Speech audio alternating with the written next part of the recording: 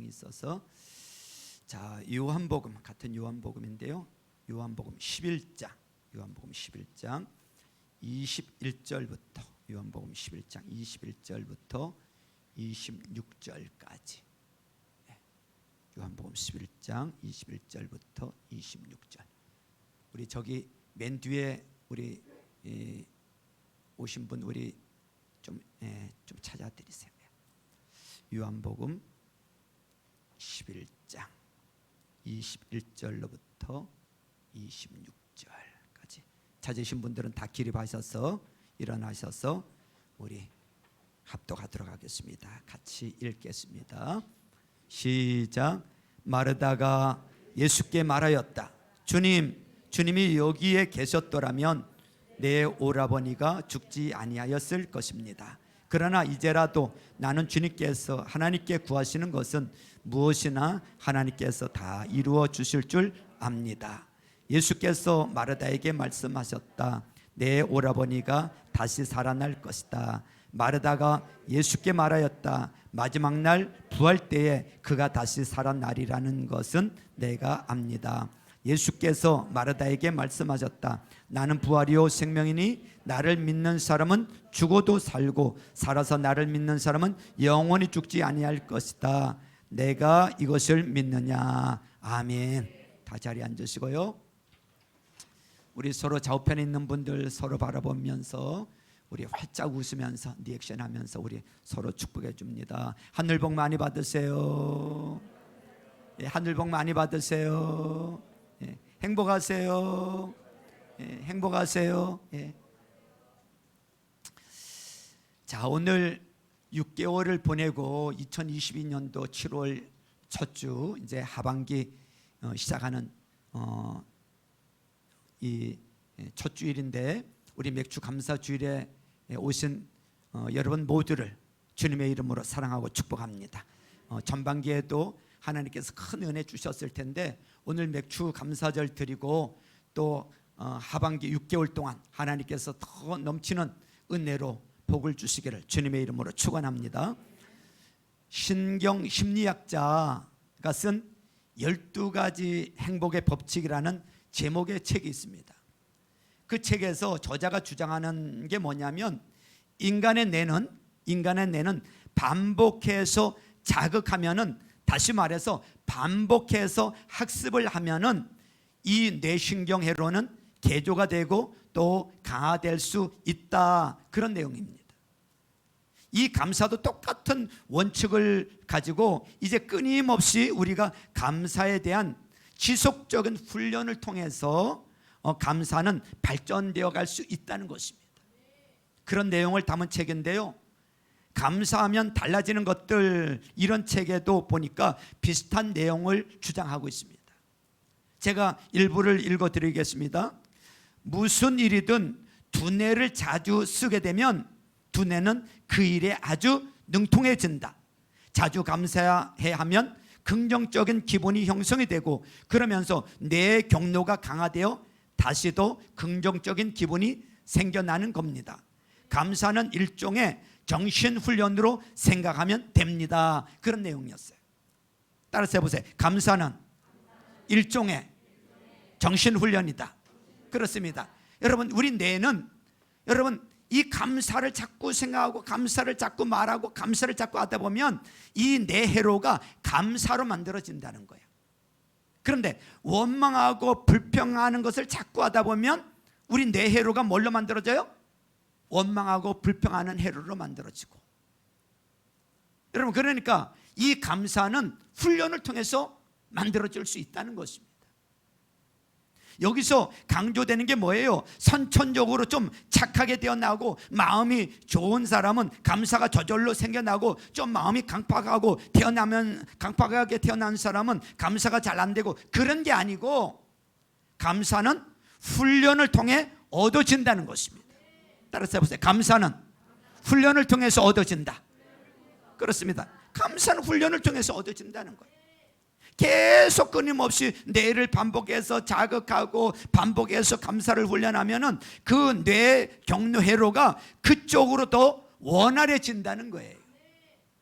어쩌다 감사? 일주일에 주일날만 감사, 감사 절기 때만 감사, 이렇게 감사를 하다 말다 하면 여러분 효과가 없어요. 효과가 없다는 거예요. 적어도 3개월 동안, 3개월 이상을 지속적으로 매일 하루 일과를 시작하면서든 아니면 끝마치고 저녁에 잠자리에 들기 전에 참 오늘 내가 감사한 것이 뭐지? 그리고 내가 오늘 만난 사람들 가운데 고마운 사람이 누구지? 이런 것을 감사 노트를 써본다든지 감사 노트를 쓴다든지 아니면 그것을 오늘 감사한 것을 생각을 하고 감사한 사람이 누구지? 이 감사를 자꾸 이제 되새기는 그런 것을 3개월 이상을 하면은 이런 것들을 생각하면서 감사가 계속 연결이 되면 거기에 이 뇌회로가 더 감사하는 일에 활성화되도록, 이것이 전문가들이 이야기한 이야기 아닙니까? 하나님이 인간을 그렇게 만드셨다는 거예요. 그리고 또 중요한 건 이렇게 감사 훈련을 해가는 과정에서 한 가지 더 중요한 것이 있어요. 그것은 이미 우리 뇌에 형성된 잘못된 습관들을 끊어낼 수 있도록, 이걸 고쳐나갈 수 있도록 기도해야 된다는 것입니다.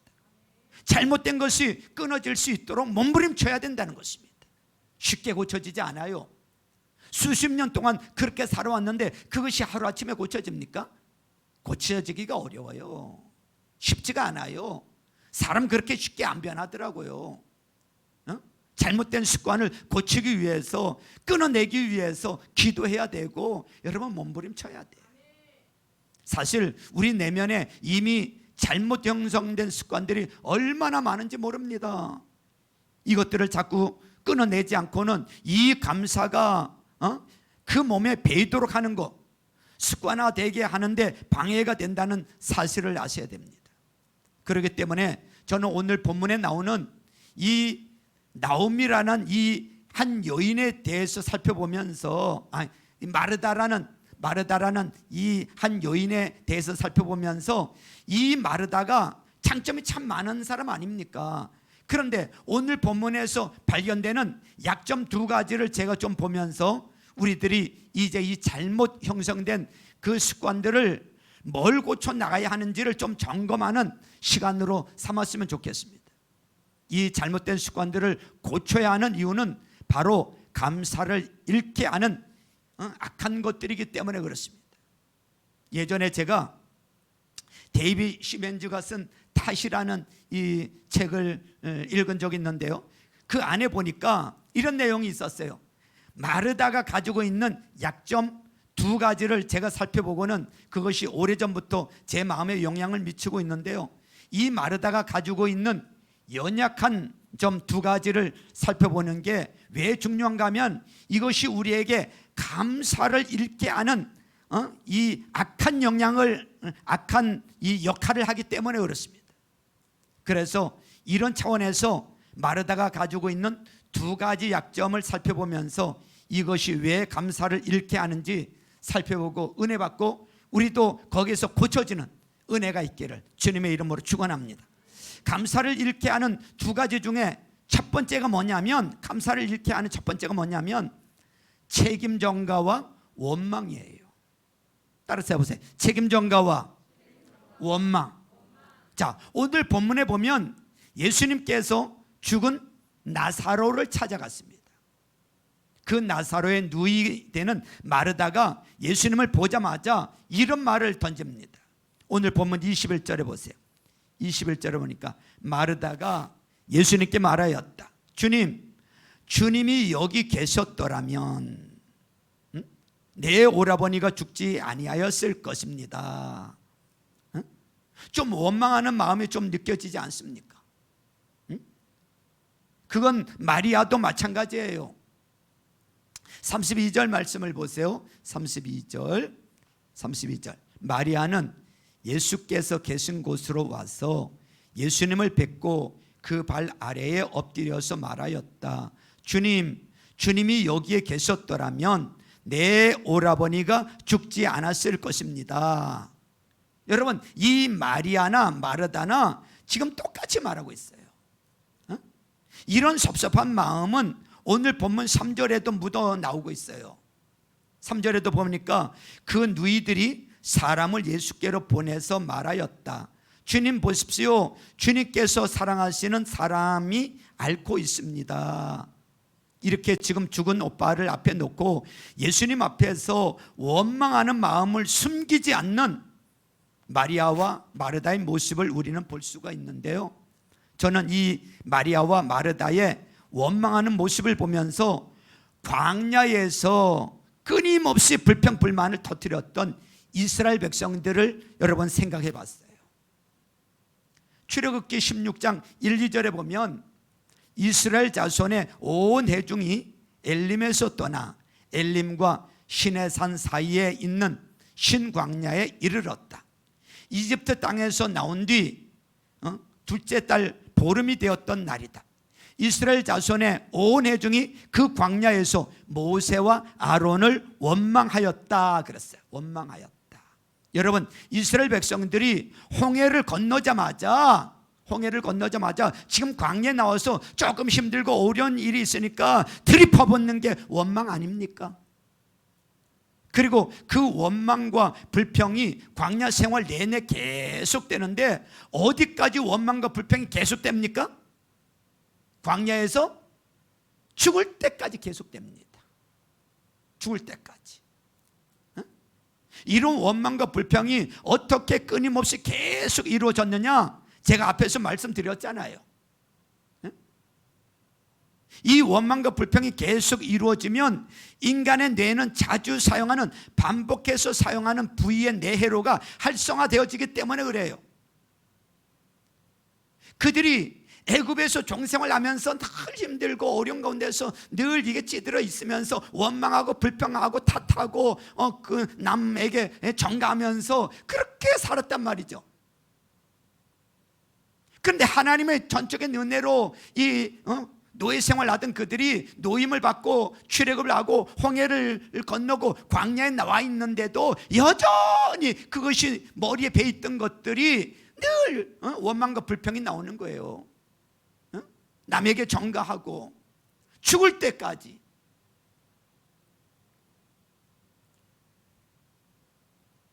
여러분 한번 여러분 주변을 가만히 한번 보세요. 지난주에 이 문제로 원망했던 사람, 그 다음 주에 또 다른 문제로 원망하게 될 겁니다. 그 사람은.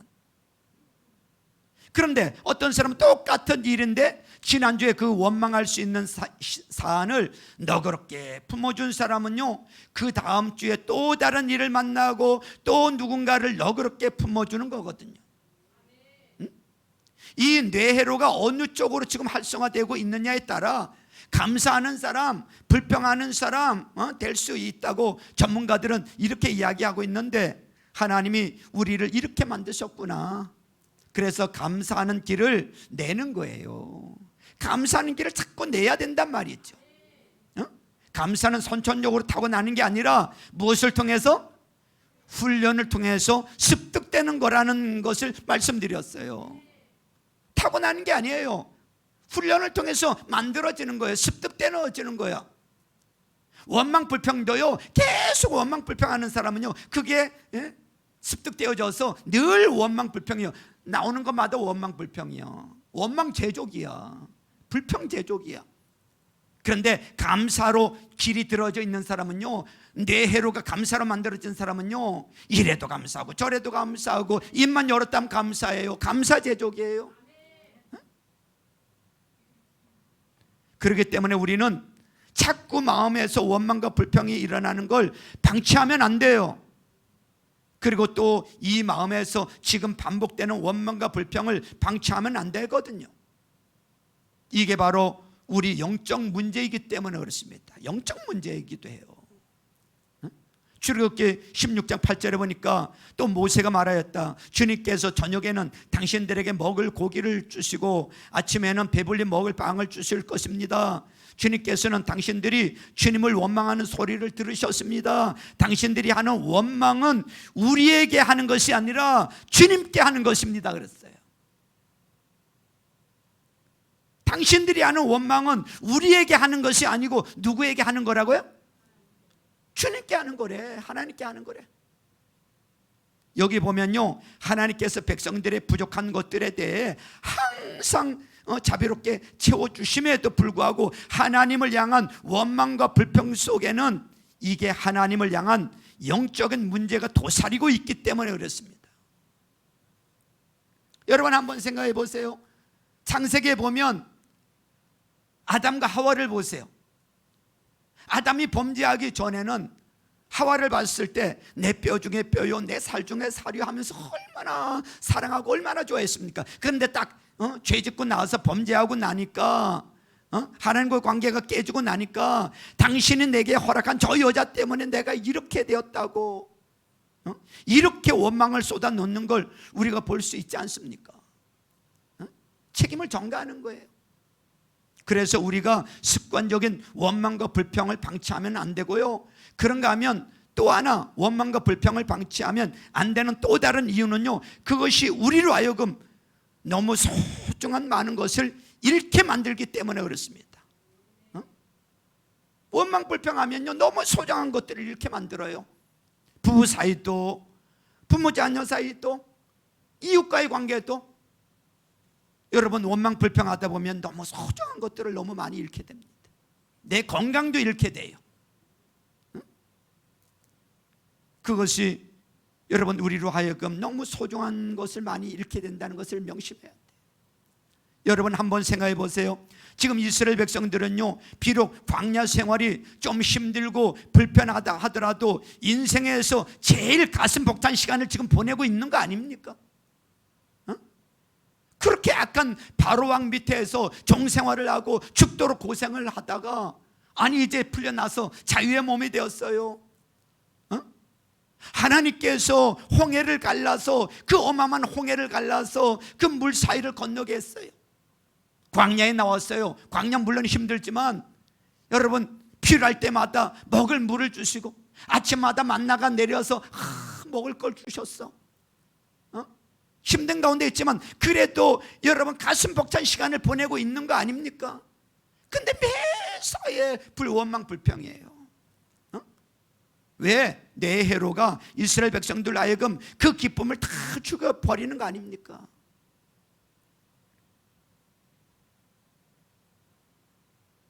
감사하면 달라지는 것들, 이 제목의 책에 보면 저자가 불평은 이제 그만 이라는 소제목을 달고 있더라고요. 저는 그 소제목을 보면서 내 안에서 일어나는 이 불평이라는 감정에 대해서 내가 이것을 명령할 수 있는 거구나, 방치하면 안 되는 거구나. 여러분 안에서 불평이 일어나면은요, 저 사람 때문이야, 저 상 때문이야, 이래서 그래, 자꾸 그것에 책임을 전가하는데요, 그 고리를 끊어내는 거는 저 사람에 대한 명령이 아니라 바로 나를 향해서 내 감정을 명령하는 거예요. 너 김상호 불평 이제 그만, 이렇게 명령을 내려야 되는 거예요. 따라서 해보세요. 불평은 이제 그만. 불평은 이제 그만. 누구를 향해서? 나를 향해서. 이런 소제목을 달아놓고 저자가 뭘 거기다 써놨냐 하면요, 자기는 침대 곁에다가 잘 때 마르쿠스 명상록 9절 그 부분을 펴놓고 잔다는 거예요. 그러면서 독자들한테 이런 고민을 합니다. 아침에 일어나면 살아있다는 것이, 숨을 쉬고 생각을 하고 즐기고 사랑할 수 있다는 것이 얼마나 귀중한 특권인지를 생각해 보십시오. 그랬어요. 자꾸 원망하는 쪽에 먹이는 줄여나가고 그 대신 감사는 훈련이니까 뇌의 회로가 활성화되도록 아침에 눈을 뜨면서도 참 살아있다는 것이, 내가 호흡할 수 있다는 것이, 지난밤에도 편안하게 잠을 잘 잘 수 있다는 것이, 먹을 수 있다는 것이, 일할 수 있다는 것이, 이게 귀중한 특권인지를 생각하는 것 자체가 작은 것에 대한 감사를 회복하라는 이야기 아닙니까? 여러분, 우리는 작은 것을 소홀히 넘기는 경우가 그냥 당연하다고 생각하는 작은 것들 가운데 소중한 것들이 얼마나 많습니까? 저와 여러분들이 이제 이런 배움을 통해서 우리도 이제 좀 배우면 좋겠어요. 아침에 일어나서 한번 선포해 보십시오. 뭐라고 선포하는가 하면 따라서 해보세요. 불평은 이제 그만. 예, 하루를 시작하기 전에 불평은 이제 그만. 그러고 시작하면 그날 불평이 사라지고 여러분들 의식적으로라도 감사를 생각하고 사는 그런 삶이 되기를 주님의 이름으로 축원합니다. 그런가 하면 두 번째로 마르다에게서 발견되는 잘못된 태도가 하나 더 있는데요. 그게 뭐냐면 현재가 실종된 믿음의 모습이에요. 현재가 실종된 믿음의 모습. 현재가 실종됐어요. 이거는 무슨 근거로 이런 말씀을 드리는가 하면 오늘 21절 말씀을 다시 보세요. 21절에 이 마리아 또 마르다의 생각의 흐름을 한번 잘 살펴보세요. 자, 21절 보세요. 마르다가 예수께 말하였다. 주님이 여기 계셨더라면 내 오라버니가 죽지 아니하였을 것입니다. 자, 지금 마르다는요 되돌릴 수 없는 과거에 지금 매여 있는 거 아닙니까? 과거 이야기하는 거예요. 주님이 여기 계셨더라면, 지난 일이에요.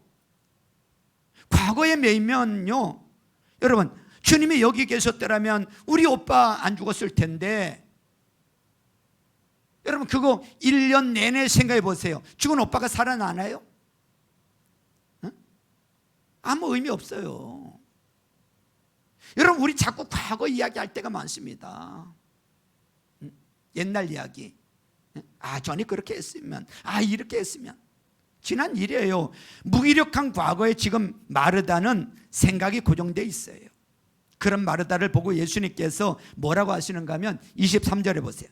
23절에 보니까 예수께서 마르다에게 말씀하셨다. 내 오라버니가 다시 뭐 할 것이라고요? 살아날 것이다. 그랬더니 마르다가 이번에는 껑충 뛰어가지고 막연한 미래로 그 생각이 머뭅니다. 24절 보세요. 마르다가 예수께 말하였다. 마지막 날 부활 때에 그가 다시 살아나리라는 것은 내가 압니다. 여러분 지금 마르다가 빠져 있는 게 뭡니까? 예수님께서 지금 네 오라버니가 다시 살아나리라 역동적인 현재를 말씀하시는데 마르다는요 그 무기력한 과거에 매여 있다가 이제는 막연한 이 짝이 없는 미래에 머물러 있는 거, 이제 오늘 대부분의 성도들의 모습이라고 저는 생각을 합니다. 과거에 묶여 있거나 아니면 막연한 미래에 사로잡혀 있는 현재가 빠져 있어요. 현재가 과거에 매여 있는 분들이 있잖아요.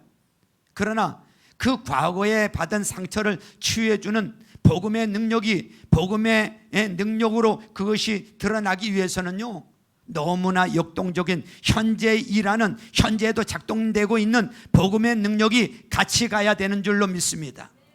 그렇습니다. 과거에 역사하셨던 그 주님은 지금 일하고 계시는 분이세요.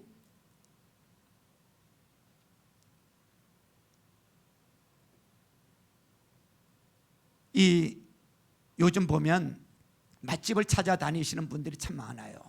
검색을 해서 경기도 어디 가면 냉면 잘하는 집이 있대. 경기도 어디 가면 돈가스 잘하는 집이 있대. 원조 식당이 어디 있다. 그런데 여러분 너무나 여러분 그러면요 이 원조집 찾아가려면 그 주소를 정확하게 알고 안 가면 낭패를 볼 때가 있어요. 왠지 아십니까? 원조 냉면집이 있다고 해서 그 마을에 가보면 마을 일대가 온통 원조 냉면집이야. 다 원조야. 우리 집이 원조래. 사실 여러분 식당 주인 입장에서 가만히 생각해 보면 원조 식당인 척하고 간판 내거는 게 중요한 게 아니에요. 뭐가 중요합니까? 오늘 음식을 맛있게 하는 게 중요한 거 아닙니까? 원조인데 오늘 맛이 없으면 무슨 소용이야? 원조는 별로 중요하지 않아요. 50년 전에 제일 먼저 식당에 해가지고 그때 좀 맛있었는데 그게 무슨 소용입니까? 오늘 맛 없으면. 오늘 맛있는 식당이 이게 좋은 식당 아닙니까? 요즘 청년들이 라떼 커피를 그렇게 싫어한다 그러잖아요. 라떼 커피를. 네? 우리 같은 사람들이 자꾸 라떼 말이야.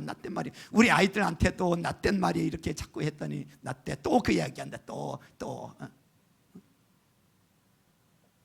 청년들이 라떼 커피 싫어한다 그러는데, 저는 그래서 이제 바꿔야 되겠습니다. 우리는 말이야. 우리 때는 말이야. 라떼를 잘 안 쓰려고 합니다. 그 청년들이 자꾸 우리 같은 사람들이 라떼 말이야 함이, 라떼 말이야. 여러분 힘이 없는 거 아닙니까? 신앙생활도 마찬가지 아니에요? 라떼는 말이야, 새벽기도 얼마나 많이 나왔는지 알아? 라떼는 말이야 철회기도 얼마나 많이 한 줄 알아? 이게 무슨 소리예요? 지금은 안 하고 있다는 소리 아닙니까? 지금 안 하고 있다는 소리잖아요. 예전에 많이 나온 게 무슨 소용입니까?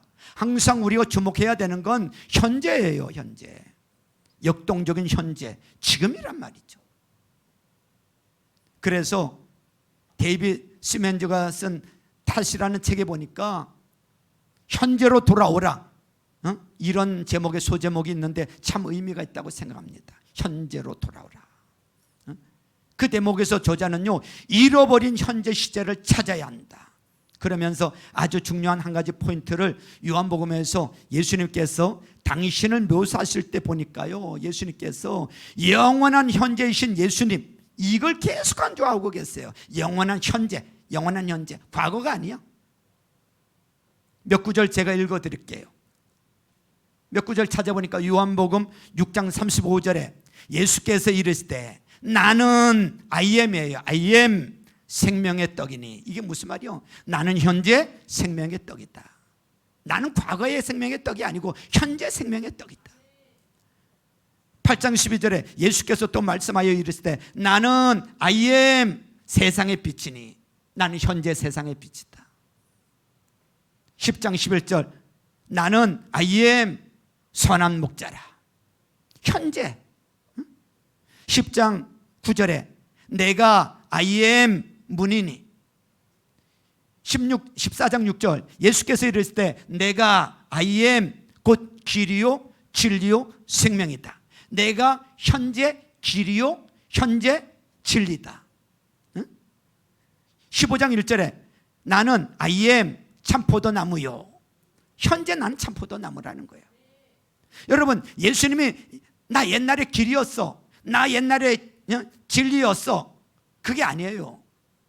영원한 현재 되시는 예수님은 오늘도 이 순간에도 역동적인 현재 I am, 내가 곧 길이요 진리요 생명이니. 나는 참포도나무요, 내가 여전히 생명의 떡이다는 이 현재를 강조하시는 예수 그리스도. 이거 여러분, 이거 구약에도 마찬가지예요. 출애굽기 3장 14절에 보니까 이런 말씀이 있어요. 하나님이 모세에게 이르시되 나는 스스로 있는 자니라 그랬어요. 나는 스스로 있는 자니라. 이게 무슨 말이에요? I am who I am이에요. 또 이르시되 너는 이스라엘 자손에게 이같이 이르기를 스스로 있는 자가 나를 너희에게 보내셨다 하라. 고린도후서 6장 2절에 보면 이르시되 내가 은혜 베풀 때에 너에게 듣고 구원의 날에 너를 도왔다 하였으니 보라 지금은 은혜 받을 만한 때요, 보라 지금은 구원의 날이로다. 언제라고요?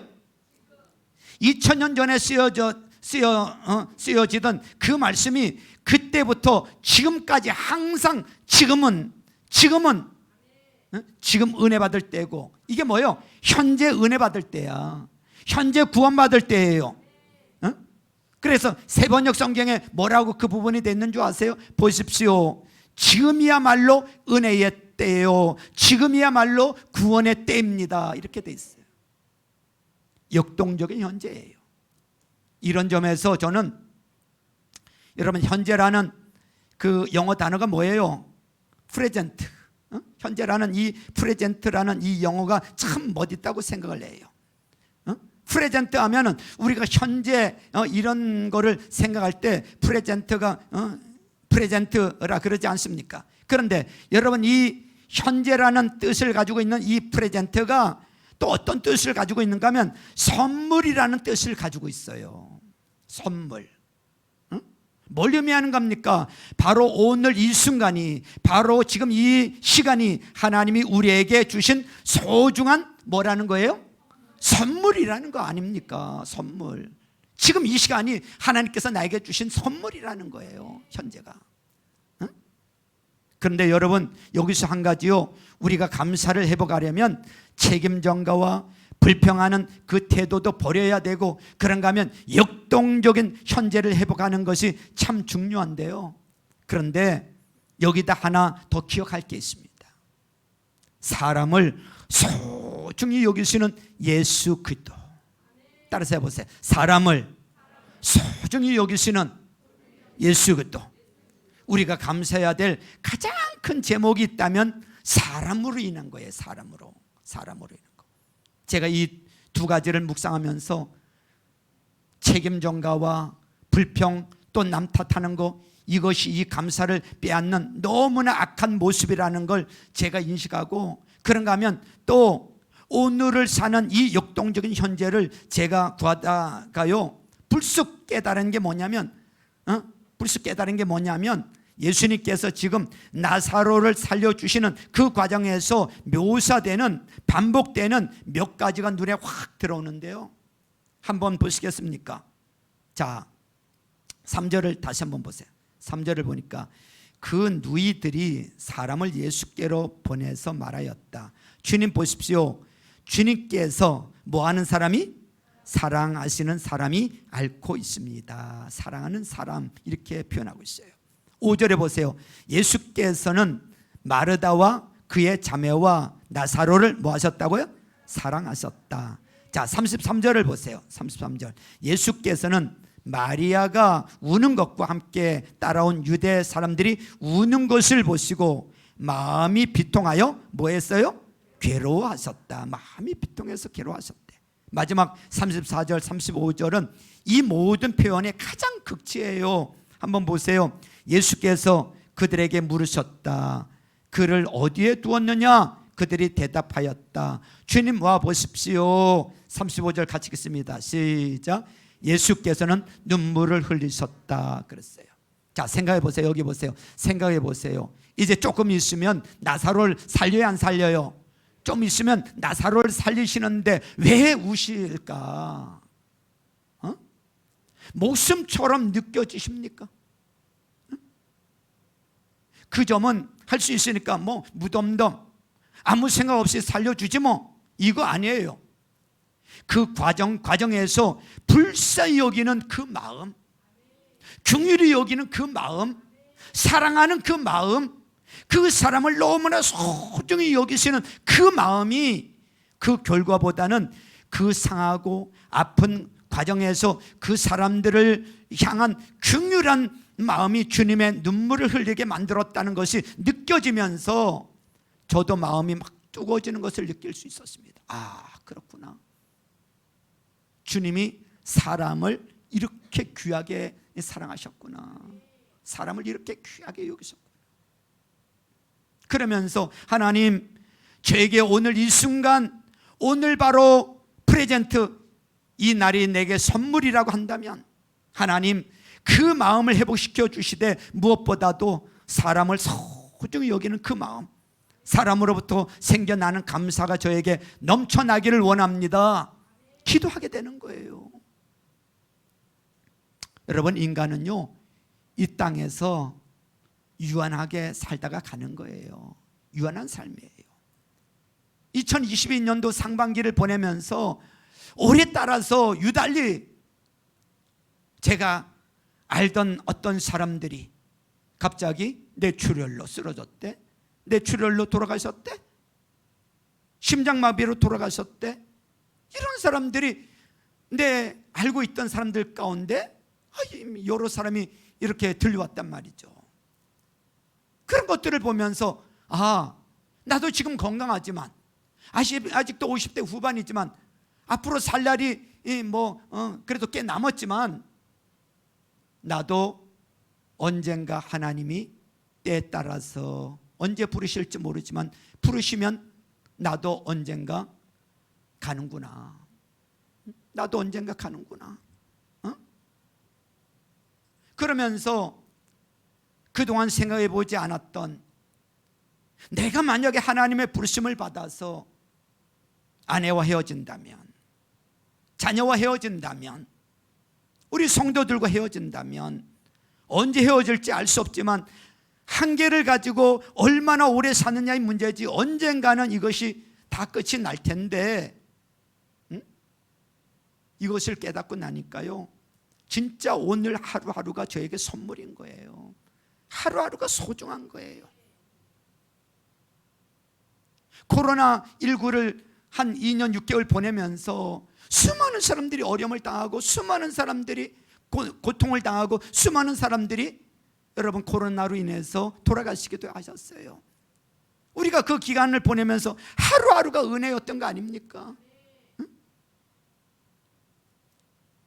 이것을 깨닫고 나니까 그동안 잘 표현을 못하고 또 내일로 미루었는데, 이제 더 이상 미루지 말고 표현하면서 살아야겠구나, 그런 생각이 들어요. 진짜 이 하루하루가 하나님께서 주신 선물이라는 것을 깨닫게 됩니다. 이것을 깨달으니까 너무너무 벅찬 이 감사가 제게 오는 거예요. 우리 사랑의 동산교회를 제가 개척을 해서 22년 동안 여기까지 왔는데, 아직 할 시간이 많이 있지만 그런가 언젠가 저도 이제 마치고 때가 되면 은퇴를 하게 되고 마무리를 지어야 될 때가 저에게도 앞으로 올 텐데, 그렇지만 현재 여러분들에게, 우리 성도들에게 마음껏 설교할 수 있다는 것이, 지금 누군가에게 설교할 수 있다는 것이, 이게 얼마나 감사하고 이게 얼마나 가슴 벅차는지요. 이 하루에 주시는 하나님의 은혜에 감사는 우리가 돼야 될 줄로 믿습니다. 충분히 감사하고 이것을 누릴 때 하나님께서는 우리의 불안을 제거하시고 너무나 멋진 미래를 우리에게 보내주실 줄로 믿으시길 주님의 이름으로 축원합니다. 여러분, 정리하고 이제 기도할 텐데요, 결단하고, 여러분 감사를 잃게 하는 것들이 있다는 것을 잊지 마세요. 이 마리아 멋진 여인 아닙니까? 정말 봉사를 얼마나 잘합니까? 도맡아서 하는 봉사를 하고 주님을 얼마나 잘 섬깁니까? 주님을 얼마나 사랑하고. 그런데 마리아에서 이 고쳐야 될 것이 있다는 것을 발견해야 돼요. 감사를 잃게 만드는 것이 있다는 것이, 이것이 우리 속에도 있다는 것을 아셔야 돼요. 첫 번째가 뭐예요? 책임전가와 원망이에요. 우리 안에 있는 이 책임전가, 자꾸 탓하고 책임전가하고 원망하는 거, 이거 버려야 될 줄로 믿습니다. 두 번째는 또 뭐라고 했어요? 현재가 실종된 믿음의 모습. 여러분, 과거에 사로잡혀 있으면 안 돼요. 현재가 중요한 거예요. 현재가. 그리고 또 한 가지, 사람을 귀하게 여기는 이 믿음. 이것을 다시금 우리 모두 회복하여서 여러분, 자꾸 감사를 함으로 인해서 감사회로가 만들어져서 여러분, 우리가 입만 열면 감사하고, 여러분 그 사람 옆에 가면 감사가 흘러나오고 감사 향기가 나고, 그 사람 옆에 가면 여러분 감사가 다른 사람에게 전이가 되어지는 감사 바이러스가 흘러넘쳐나는 그런 저와 여러분들 다 될 수 있기를 주님의 이름으로 축원합니다. 오늘 우리 찬양 하나 우리 결단하면서 부르고요, 오늘 주신 말씀을 가지고